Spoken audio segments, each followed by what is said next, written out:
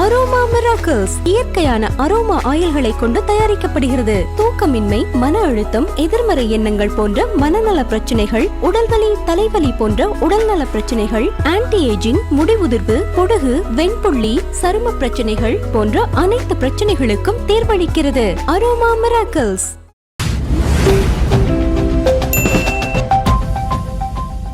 Jananayagan audio launch மலேசியாவில் ரொம்ப பிரம்மாண்டமா நடந்துச்சு. நேர்ல நீங்க போய் பார்த்துருந்தீங்க. உங்களுடைய எக்ஸ்பீரியன்ஸ் எப்படி இருந்துச்சு? அதான் உண்மையில அது ஒரு மாதிரியான ஒரு மகிழ்வான தருணம் தான். அதுல எந்த சந்தேகமும் இல்லை. நம்மளுடைய தொழில் வாழ்க்கை, ஏன்னா உங்களுக்கு தெரியும், சினிமா பத்திரிகையாளராக கிட்டத்தட்ட ஒரு 30 வருடங்களுக்கு மேலாக இந்த துறையில் இயங்கிக்கிட்டு இருக்கோம். நிறைய இசை வெளியீட்டு விழாக்கள், ட்ரெய்லர் வெளியீட்டு விழாலாம் நம்ம வந்து போயிருக்கோம். ஆனால் இதுவரை நாம் பார்த்திராத ஒரு அனுபவம் தான் அந்த மலேசியாவில் நடந்த ஜனநாயகன் ஆடியோ லான்ச்சு. அந்த விழா நடந்த அந்த ஸ்டேடியம் பார்த்திங்கன்னா கிட்டத்தட்ட ஒரு 75,000 கெப்பாசிட்டி உள்ள ஒரு பிரம்மாண்டமான ஒரு அரங்கம்.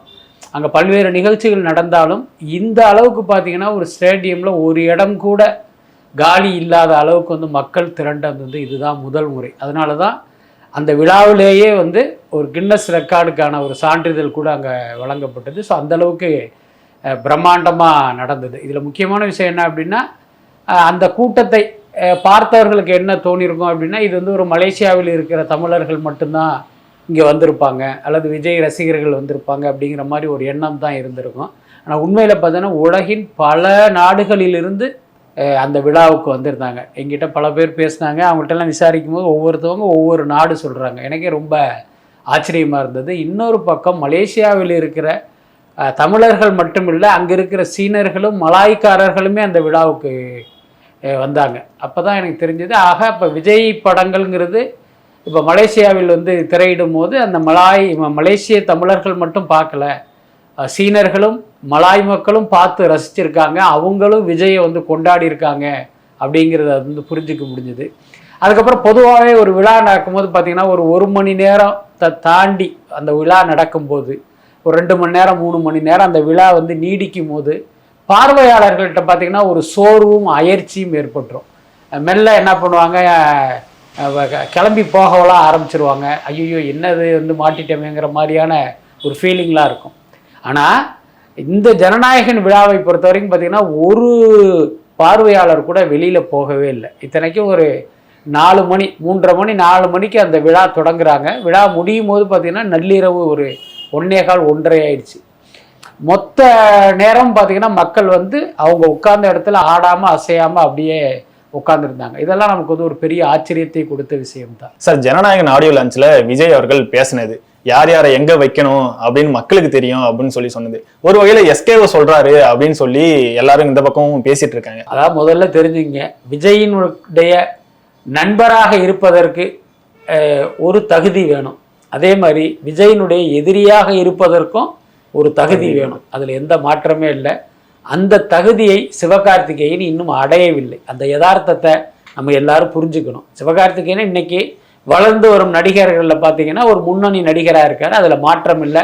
பட் அதே நேரம் என்னுடைய பார்வையில் சிவகார்த்திகேயனுடைய வளர்ச்சிங்கிறது வளர்ச்சி அல்ல, வீக்கம், செயற்கையாக ஏற்படுத்தப்பட்டதுங்கிறது தான் என்னுடைய பார்வையில். இது ஒரு பக்கம் இருந்தாலும் மக்கள் பார்வையில் பார்த்தீங்க அப்படின்னா சிவகார்த்திகேயன் வந்து ஓரளவுக்கு வளர்ந்த ஒரு நடிகர், அந்த நம்பர் 1 இடத்தை நோக்கி வேகமாக விரைந்து சென்று கொண்டிருக்கிற ஒரு நடிகர், அதில் மாற்றம் இல்லை. அதே நேரம் நம்ம ஊர் பக்கம்லாம் சொல்லுவாங்க, உயர உயர பறந்தாலும் ஊர்க்குருவி பருந்தாகாதுன்ட்டு.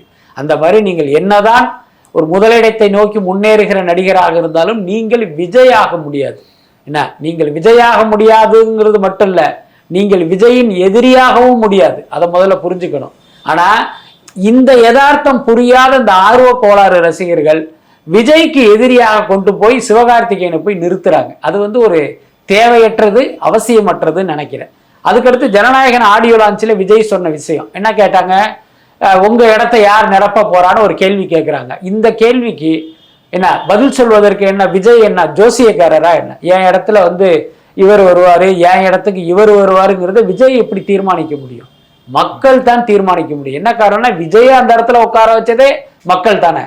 அப்ப அந்த இடத்துல வேற யாரை உட்கார வைக்கணும் அப்படிங்கிறத மக்கள் தானே முடிவு பண்ண முடியும். அதை விஜய் முடிவு பண்ண முடியுமா?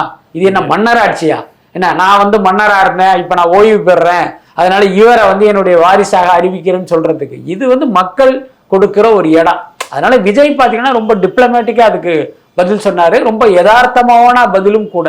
இதை மக்கள் தான் முடிவு பண்ணுவாங்க, அவங்க முடிவு பண்ணுவாங்க அப்படின்னு கடந்து போனாரு. இது புரியாம பாருங்க, அவர் வந்து சிவகார்த்திகேயன் பேரை சொல்லதை அவாய்ட் பண்றதுக்கு தான் இப்படி சொல்லிட்டாரு, சிவகார்த்திகேயனுக்கு பதிலடி, இப்படியெல்லாம் பேசிக்கிட்டு இருக்காங்க. அந்த மாதிரி வந்து முடிச்சு போட வேண்டிய அவசியம் இல்லைன்னு தான் நான் நினைக்கிறேன். சார், அடுத்ததா விஜய் அவர்கள் மற்ற ஆடியோ லான்ச்சை கம்பேர் பண்ணக்குள்ள ரொம்பவே ஆக்டிவா டான்ஸ் ஆடி பாட்டு பாடி ரொம்ப வைபா இருந்தாரு சார். ஆமா, ஏன்னா அது கடைசி படம் அப்படின்னு அறிவிச்சிட்டாரு.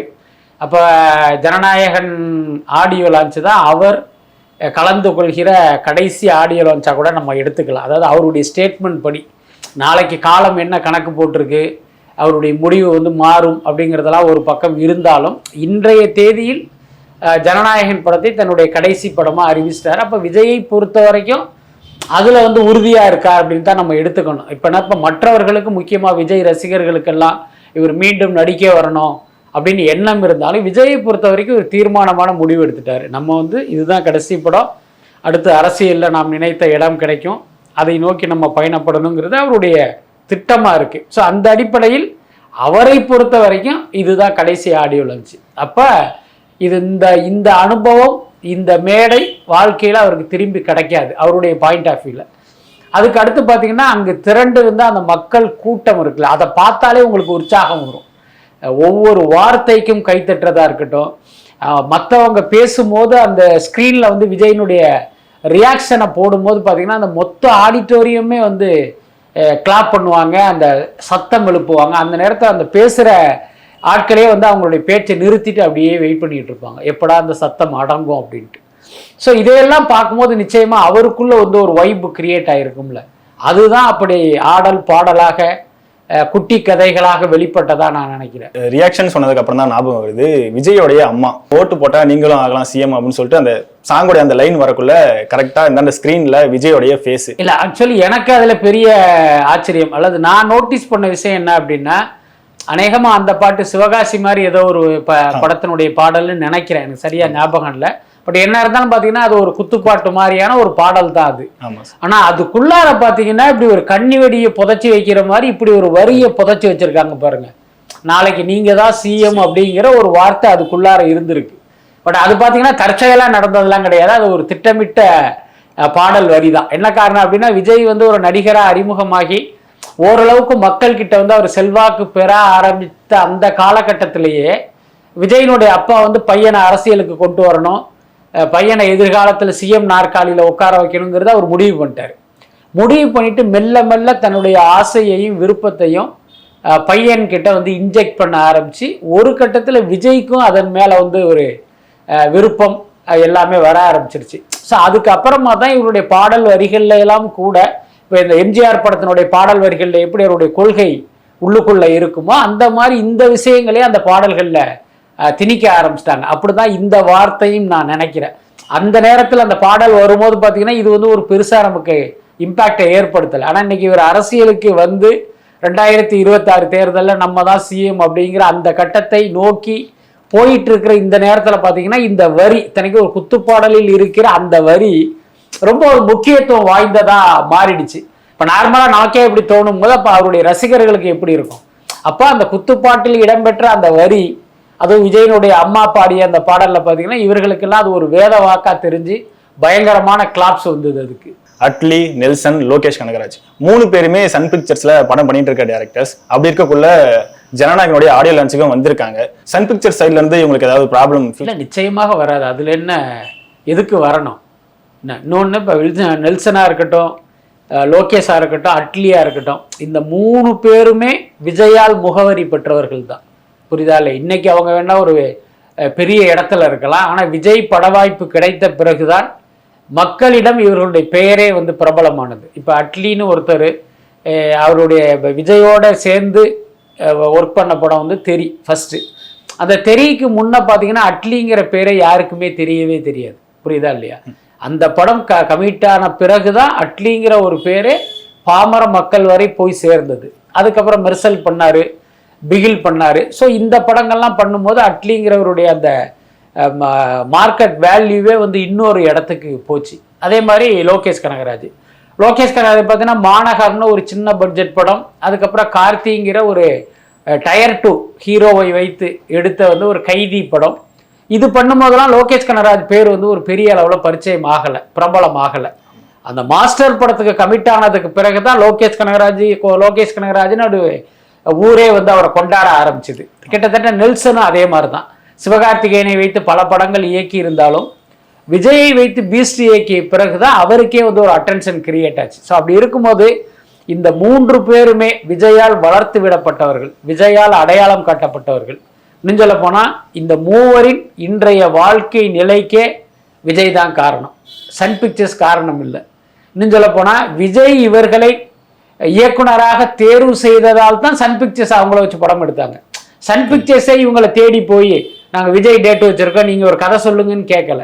விஜய் வந்து இவங்களுடைய கதையை கேட்டு ஓகே பண்ணிட்டு, ஓகே சன் பிக்சர்ஸுக்கு போய் கதை சொல்லுங்க, அவங்கள்ட்ட தான் நான் அட்வான்ஸ் வாங்கியிருக்கேன், அடுத்த படம் அவங்களுக்கு தான் பண்ண போகிறேன், நீங்கள் போய் அதில் கமிட் ஆகுங்கன்னு இவர் அனுப்பி வச்சு தான் அந்த வாழ்க்கையே அவங்களுக்கு கிடைச்சிது. அப்போ அந்த 3 பேருக்கும் சன் பிக்சர்ஸ் முக்கியமா விஜய் முக்கியமா அப்படின்னா கண்டிப்பாக விஜய் தான் முக்கியம். ஏன்னா திரையுலகில் பார்த்தீங்கன்னா இவர்களை வைத்து படம் எடுப்பதற்கு நிறைய பட நிறுவனங்கள், நிறைய கார்ப்பரேட் நிறுவனங்கள்லாம் காத்துக்கிட்டு இருக்கு. அப்போ இவங்களுக்கு சன் பிக்சர்ஸுங்கிறது முக்கியம் இல்லை. ஆனால் விஜயனுடைய அன்பு, விஜயனுடைய குட் புக்கில் இருக்கிறதுங்கிறது எங்களுக்கு ரொம்ப ரொம்ப முக்கியம். குறிப்பாக லோகேஷும் நெல்சனும் வந்து பீஸ்ட் 2, லியோ 2 கூட எடுக்கிறதா சொல்லியிருந்தாங்க. பட் இதுதான் அவருடைய கடைசி படம் வேற அறிவிச்சதுனால எங்களால் எடுக்க முடியாமல் போச்சு அப்படிங்கிற மாதிரி கூட சொல்லியிருந்தாங்க.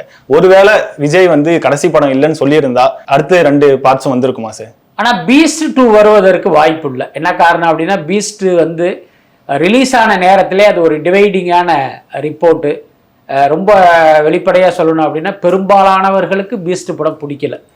அதாவது விஜய் ரசிகர்களுக்கு பிடிக்கும், ஆனால் அவங்கள பொறுத்த வரைக்கும் என்ன மொக்க படம் கொடுத்தாலும் சூப்பர்னு சொல்லிடுவாங்க. ஆனால் காமன் ஆடியன்ஸுக்கு பீஸ்ட் வந்து ஒரு பெரிய அளவில் கவரலை. பட் அதே நேரம் வசூலில் வந்து அந்த படம் தப்பு பண்ணலை. அந்த படம் பார்த்தீங்கன்னா ஒரு பெரிய ப்ராஃபிட்டையும் கொடுத்தது, அதில் எந்த மாற்றமே இல்லை. ஆனால் லியோ வந்து கமர்ஷியலாக மிகப்பெரிய ஹிட். இன்னும் சொல்லப்போனால் லியோ உருவாக்கிய அந்த வசூல் சாதனை இருக்குல்ல, அதை வந்து பல படங்கள் இன்னும் அதை முறியடிக்கவே இல்லை, பல வருடங்கள் கடந்த நிலையிலும். அப்போ ஆனால் லியோவுடைய படமும் பார்த்தீங்கன்னா ஸ்கிரிப்ட் வைஸ் வந்து ரொம்ப ஒரு பலவீனமான ஸ்கிரிப்ட் தான், அதில் எந்த மாற்றமே இல்லை. ஒருவேளை அதை பார்ட் 2 பண்ணாங்க அப்படின்னா அந்த தவறுகளை எல்லாம் சரி பண்ணிக்கிட்டு லோகேஷ் கனகராஜ் ஒரு பெட்டரான படம் கொடுப்பதற்கெல்லாம் வாய்ப்பு இருக்கு.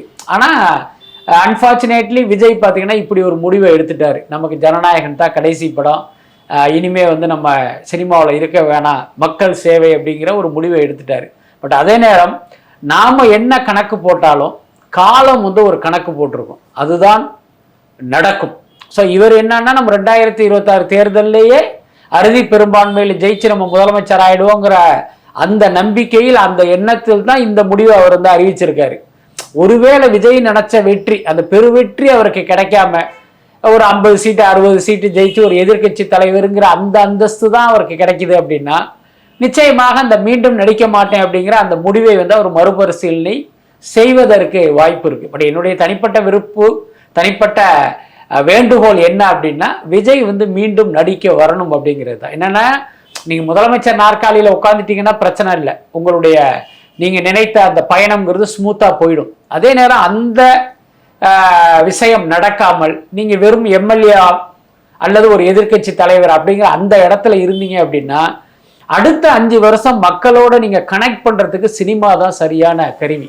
நீங்க ட்விட்டர்ல 4 வரி ஒரு அறிக்கையை மட்டும் விட்டுட்டு ஒரு அரசியல்வாதியா நீங்க இயங்குறதாவே வச்சுக்கோமே, அது பார்த்தீங்கன்னா மக்களோட கனெக்ட் பண்றதா அர்த்தம் இல்லை. அதனால என்னை பொறுத்தவரை விஜய் எதிர்பார்த்த வெற்றி கிடைக்கல அப்படின்னா கண்டிப்பாக அவர் மீண்டும் நடிக்க வரணும். அதே நேரம் லியோ போன்ற படங்கள்ல நடிக்கணுமாங்கிறதே அவர் யோசிக்கணும். என்னன்னா ஒருவேளை அவர் மீண்டும் நடிக்க வந்தா அந்த 2026 to 31 இந்த இடைப்பட்ட அடுத்த தேர்தலுக்கும் இந்த தேர்தலுக்குமான அந்த 5 வருட காலத்தில் முழுக்க முழுக்க பார்த்தீங்கன்னா அரசியல் படங்கள்ல மட்டும்தான் விஜய் நடிக்கணும். என்ன இங்கு நடக்கிற பிரச்சனைகள், இங்க நடக்கிற சமூக அரசியல் குறித்தெல்லாம் அந்த விஜயனுடைய படங்கள் பேசணும். அப்படி பேசும்போது ஒரு பக்கம் பார்த்தீங்கன்னா அரசியல் படத்துக்கு எல்லா காலத்திலையுமே ஒரு வரவேற்பு இருக்கும். என்ன இப்போ ஆளுங்கட்சி மீது அதிருப்தி அடைந்த ஒரு கூட்டம்ங்கிறது நாட்டில் இருந்துகிட்டே இருக்கும். அப்ப அவர்களிடம் இந்த டைப்பான படத்துக்கு வந்து ஒரு பெரிய வரவேற்பு இருக்கும். இன்னொரு பக்கம் நீங்கள் ஒரு அரசியல்வாதியாகவும் மாறிவிட்டதால் இந்த படங்கள் உங்களுடைய அரசியலுக்கும் கை கொடுக்கும். ஸோ இந்த சூட்சுமத்தை விஜய் புரிஞ்சுக்கிட்டு படம் பண்ணால் நல்லா இருக்கும்.